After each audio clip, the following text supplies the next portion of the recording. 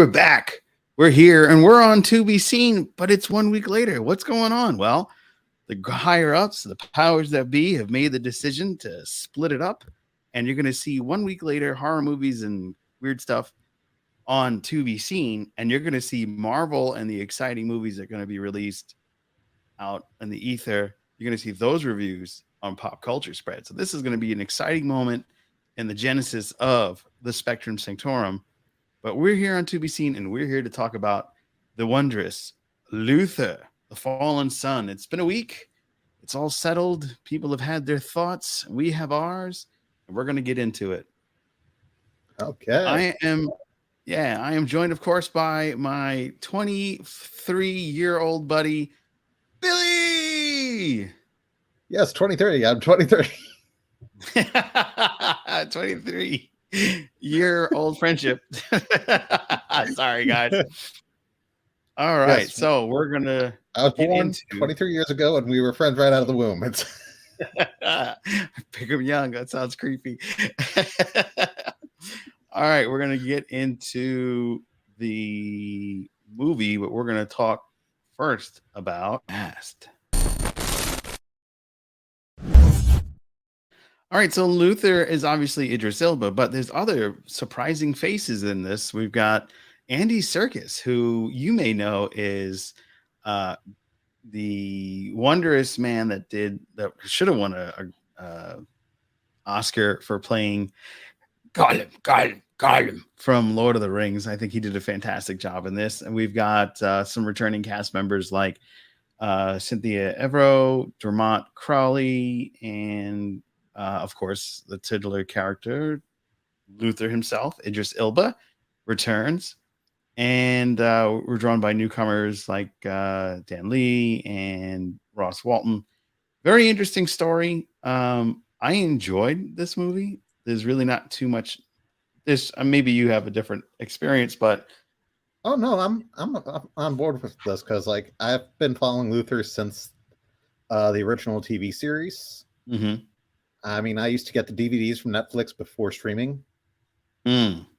Because like nobody had any of the BBC stuff on any of the streaming services, so you used to be able to get it on individual disc where you get 3 episodes per disc. Wow.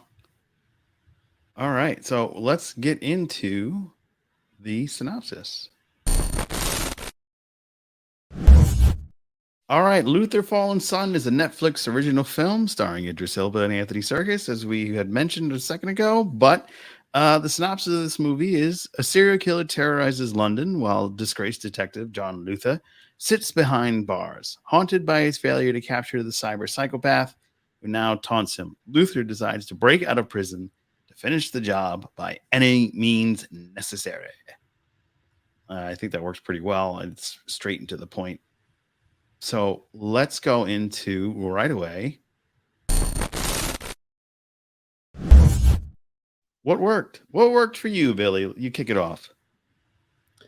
Well, I kind of liked the idea of loose cannon Luther. I mean, we've seen that in the past before. There's been a lot of times where he's been the no nonsense cop that followed by his own rules and stuff like that. But to see him without even some of his social net, like in the original TV series, he had a frenemy that was a serial killer that would occasionally help him with some of his crimes. I mean, will solve some of the crimes, but this time he's on his own for the most part.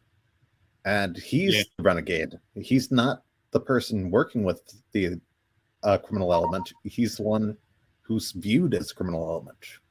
And it's nice seeing him still be fairly by the book, even when all the rules are against him. I really enjoyed it into the series of Luther. Since they're not going on with any more series, it was a nice way to see how the character turns out after the years of past what the 5th season was. If you don't know, like we didn't, there's a 5th season that's available on Hulu. We missed out on. We're going to rectify that somehow. And this menacing serial killer that's played by Anthony Serkis was really, out of the series serial killers that Luther's dealt with in the past, this one was by far the sickest. He tortured people psychologically and then physically, and he the way he tortured these people was he abducted the children, recorded him torturing them, and then sent them the recordings to the parents to try to like pull them in and then try to kill them. So Yep, lighting them on fire. Yeah, lighting the dead corpses of the kids on fire with the parents inside the building that he lit on fire. It was insane. This was a very cool, outrageous serial kill. This was like 7 to the umpteenth power. It was really, yeah. The one thing about Luther is they've always made the crime dramas and the crime series much more cinematic and much more epic than like some of the American ones, where a lot of the American crime dramas are always, oh, who's sleeping with who and whatever. Crazy people exist. Watch out what the crazy people will do. Oh God, that crazy person just lit that person on fire. Oh crap, that crazy person just locked the door. Please let me out of this place. Why am I in here? Yeah.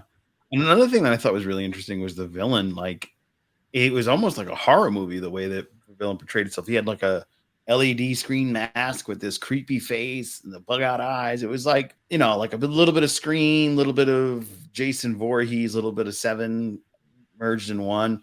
Idris Elba was badass. Plus he had like his network of social media hackers that would basically track everybody's social media footprint so he could blackmail them. Yeah. He blackmailed he would lure his earlier victims in by blackmailing them first. Right. And then even use that against them, like to help when he was trying to escape, like when he thought like he was going to get caught later on in the movie. Right. He has people jumping off of clock towers and driving into other cars and traffic, basically killing themselves to protect their secrets. Yeah, it was sick. Another really cool scene that I enjoyed was when Luther was incarcerated and they tried to frame him while he was in prison, but it didn't work. And then he ended up getting out of prison, and how that prison riot went was sick. That was such a dope scene, and they filmed it so well. I felt like he was in a real prison. I didn't read any of the behind the scenes stuff on that. I did capture some really cool behind the scenes stuff, and I'll play it really quick right now. The end of the film, when Luther finally gets to Circus and they have this huge throwdown much later on in the film, they have this thing in the snow, which I thought was incredible.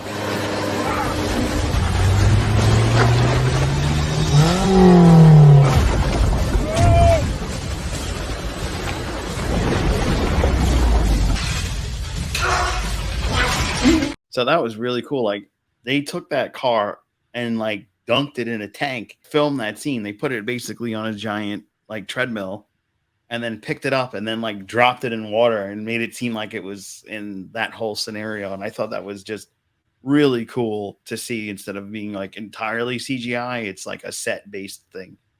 And I thought that was one of the highlights of the film in my perspective. Yeah, I'm all for practical effects whenever possible. Right. So practical effects are dope. So let's get into what worked.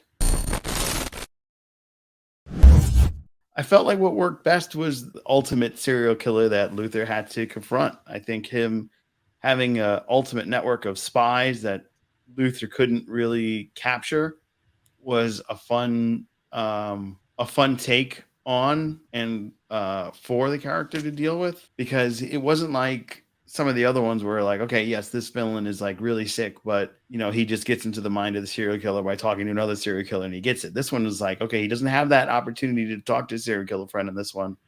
And this is something that the guy was so good. He ended up getting Luther locked up, and it made it difficult for Luther to really get to the bottom of it. And he made a promise to somebody that failed. And this guy goes and rubs the salt on the wound by having the mother of one of the victims come and visit Luther and say, hey, you failed. And, you know, you said you would get him and you didn't, you couldn't do it. And my life is even more miserable and you're terrible. And, you know, it really took a toll on Luther. And I think it actually fueled him more to get out.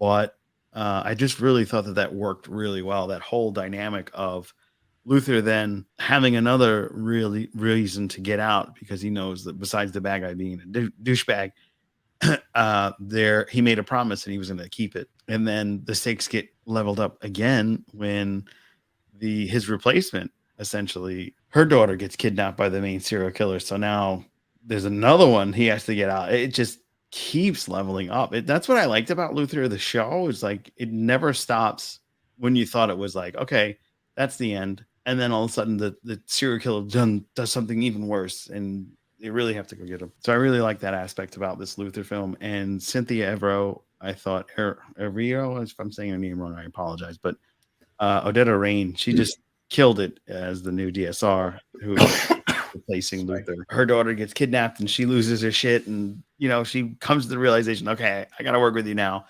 because there's a manhunt for Luther and they need to get to Luther to stop him, but the serial killer's still out there. So it's like, what do we do? And this espionage game comes into play, and it's a cat and mouse, and that really worked too. So there was a lot of things that I thought just really hit the nail on the head, and I was excited for. What about you, Bill? Oh yeah.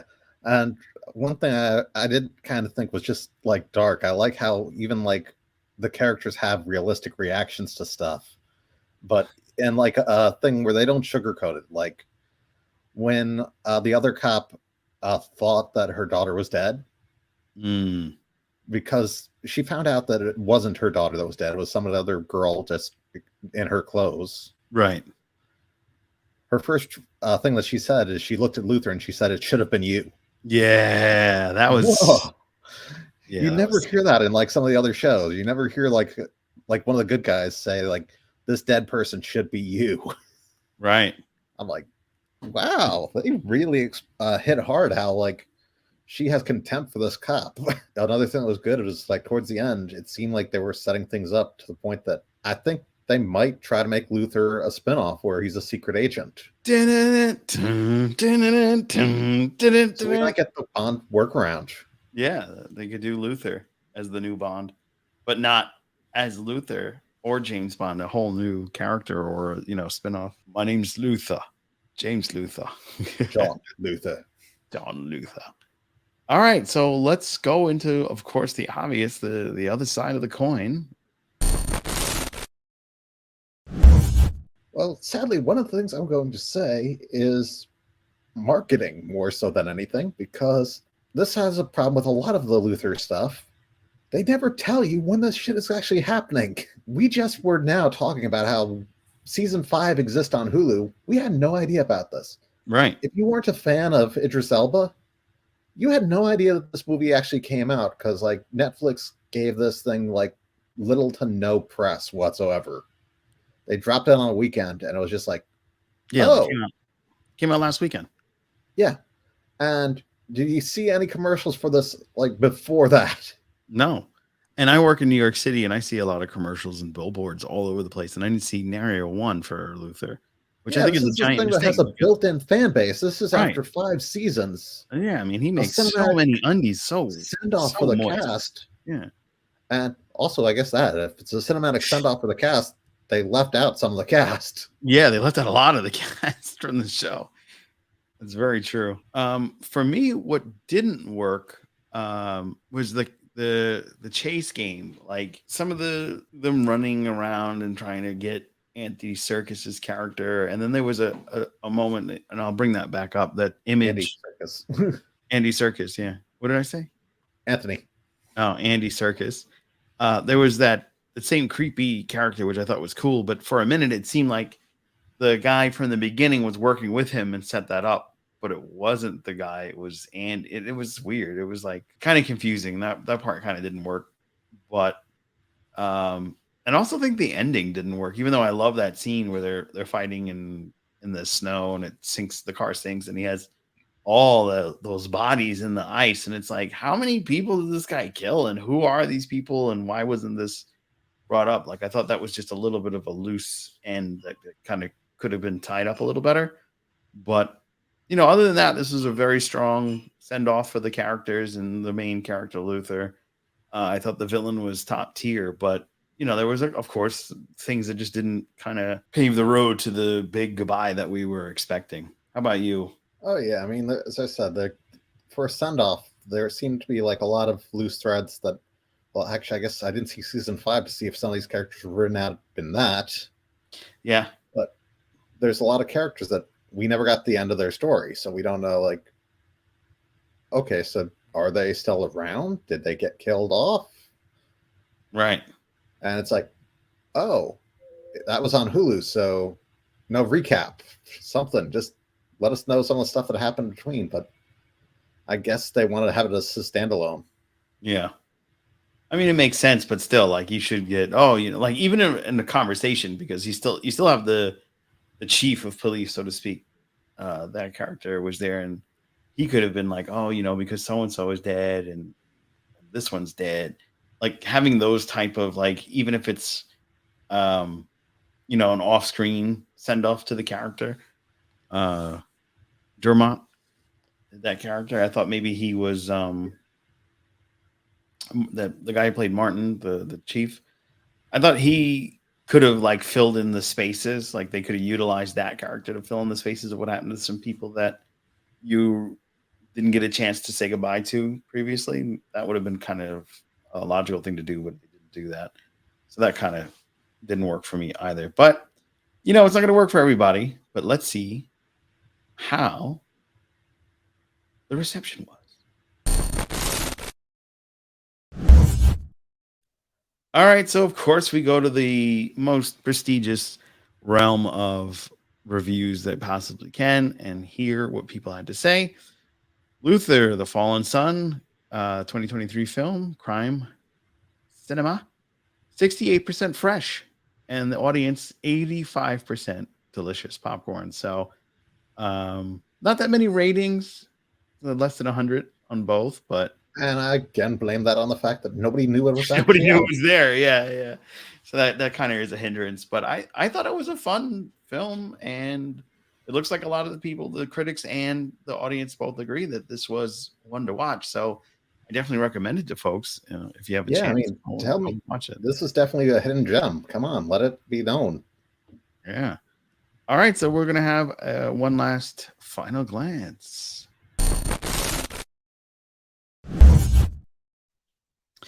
So Luther, I thought was a great film, a proper send off to the main character Luther himself, and a decent goodbye to some of the cast. But overall, it's a good cop story. It's a good serial killer story, but it's a little bit more over the top than anything else that has happened in the previous series of Luther, and which is a lot more over the top than a lot of crime dramas that I've seen in recent years. So, you know, as I look back, I was like, yeah, this is a great film. I really enjoyed it. It had me enthralled. I was deeply dedicated to the space and time that I gave it. And I was glad to watch it. So, I just wish they would have marketed it. So I would have been even more hyped up if I knew, oh, wow, Luther's coming out. I can't wait. But luckily, I just turned on Netflix and it said, hey, you like the show Luther? There's a movie. Surprise. So maybe Netflix, get on your marketing. All right, your final glance, Billy. Well, again, like I just like you just said, like it just a shame that like there has to be people that like me were like actually just following Idris Elba because of this character. Like before he did like all of his American movies, like the Fast and the Furious franchise tie-ins and all of his like Pacific Rims and all the Thor movies, he was Luther. That was like my introduction to the guy. Like that was Oh. like before it was booking.com, it was Luther. This was like Yeah. this was like one of those things where if you watch the show, it was like the people that watched Doctor Who before like the big like pop culture phenomenon. You Right. were like, Like this is when you're my watching secret David thing. Tennant. I am Yeah. I Yeah. am part of this fan base. I get to see this thing. They're making a movie to send this character off. I am so excited. Okay, when's it coming out? And following it up until it gets released. And then when it gets released, being excited to watch it, but also being like, that's how they dropped it? Yeah.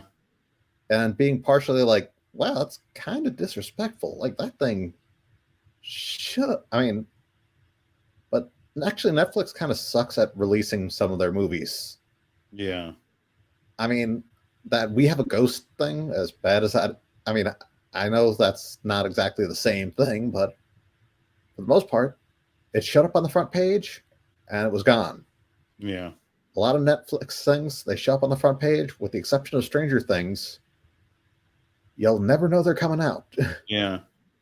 Like, it's funny you mentioned Doctor Who because one of the doctors was in the I know series. Paul McGann. Paul McCann, yeah, he was in the series. The Eighth Doctor was.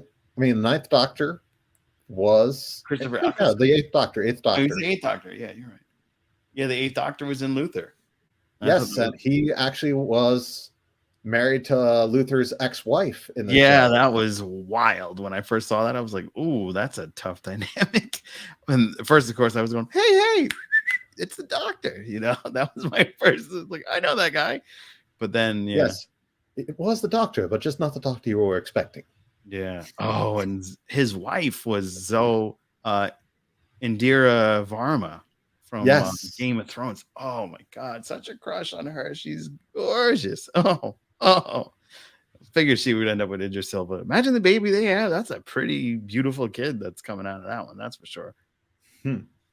But yeah, she played Alara Sand in the Game of Thrones series. She had her own crime drama too on the BBC. Did you know that? Now, I also remember she had a Fox series called Human Target, Mm-hmm. which was based off a comic book that they were trying to make a movie adaptation of, but I think that was stopped during the end of the Zack Snyder era. Oh no, she was in a show called. It was a miniseries called Paranoid, which is a crime drama that came out in 2016. So a couple, like 6 years after Luther came out.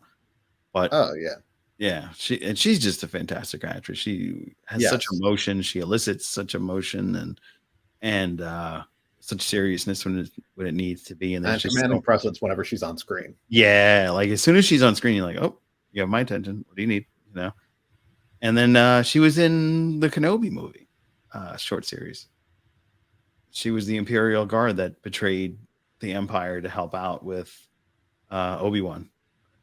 So Yeah, yeah, she's continuing the Star Wars tradition of having like really good British actors in cameo parts. Yeah. I still love The Force Awakens was one of the worst ones of that, where almost every one of the throwaway cameos was more interesting than the primary cast. Yeah, I agree. Like, wasn't James Bond, Daniel Craig, like a stormtrooper or something like that? Yes. The one that was in she Jedi mind trick. That was him, wasn't it? Yeah, and it's like, wait, he would have been a better bad guy than like Huxley. Yeah, I agree. But he didn't want to do it all that way. He's already big. He just wanted to be in Star Wars. But that's going to wrap it up for this wonderful edition of 1 Week Later. Thanks for joining us. Be sure you subscribe to the page because we have plenty more reviews and trailer reactions and things to talk about here. Of course, our In Memoriam page continues to grow. So you can take a look and see the clips and the memories of the people that have passed in the world of pop culture. And if you don't mind, give us a like. It's free. It helps us grow and it does wonders for the soul, including your soul. It's like giving a gift, only the gift helps out someone you don't really know. Yeah, I mean, we need to do stuff. I mean, we've just basically rebranded this channel into like now horror movies and crime dramas. So yeah, horror movies, crime dramas, and whatever else. But all the bigger Marvel stuff and Marvel DC, that type of thing, you can go check out on our buddy Pop Culture Spread and check those guys out. Make sure you give them a subscribe. Make sure you give us a subscribe and subscribe to Spectrum Sanctorum. Those guys over there are doing great things like that really handsome Captain Joe Dove on Spectrum Sanctorum's Captain Squadron. Make sure you check that out. And we'll be back. Our next big movie review is going to be Renfield. So we're going to do a comedy horror. That's going to be a lot of fun, right? Yep. And little known fact, that scene of Dracula floating over the room of people, Nicolas Cage just does that on weekends. He just does that for fun. That's just how he is. So I'm going to be signing off. This is Joe Dove. And who are you? Come on. Billy. Yes, Billy. And we'll see you next time. Maybe you'll see us at the movies a week after.